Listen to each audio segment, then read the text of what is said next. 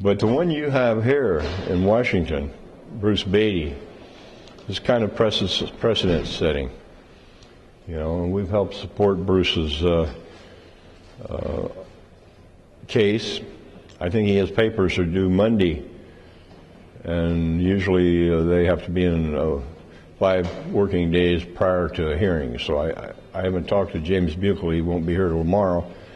So I'm assuming sometime the following week, a week from Monday, maybe you'll have a hearing on it.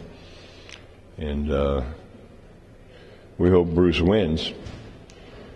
Because if he loses that, you guys' seasons will probably get shorter next year, next time they want to change the Golden Fish book.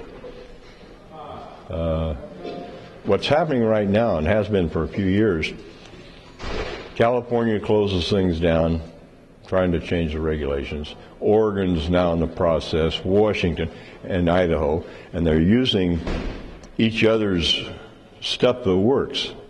Like the Golden Fish book, giving somebody a 2-week dredging season on his claim. That's not sufficient. California, they gave September through January to dredge at elevation over 4,000 feet. Well, it's pretty hard to get through the snow at 4,000 feet. So I'd tie them out to a closure. And they just trade information back and forth. Go back with Mark, 10 years ago he was president of the Resource Coalition. And you guys were going through making the Golden Fish book up. And I came up here with Pat Keene from Keene Engineering, and we spent a lot of time with him.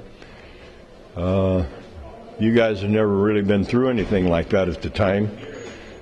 California had. So we were trying to work together and help. And back then's when this lawsuit should have been filed. But we made mistakes when we got involved in the first part of it too. See, when they make these regulations, it may not totally prohibit you, but it may be unreasonable, the regulations. If you accept those, you're stuck with them.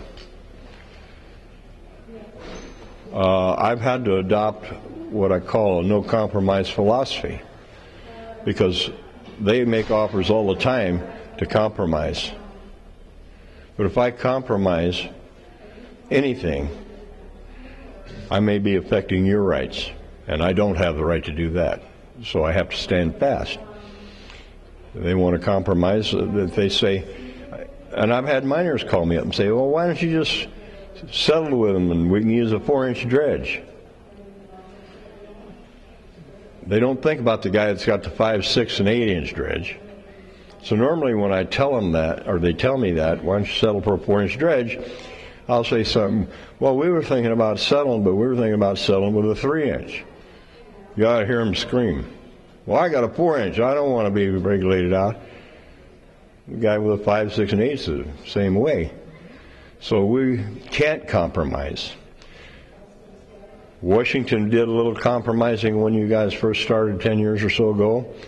And we did when we started. We made some compromises too, because we didn't know better. But we do now. So I think if your legislature or your Fish and Wildlife decides to come down too hard on the regulations, I think this time they will get sued. Because you don't have to make the same mistake twice. If you live in Washington State, you need to support this very important lawsuit. Resources Coalition need your support. Thank you.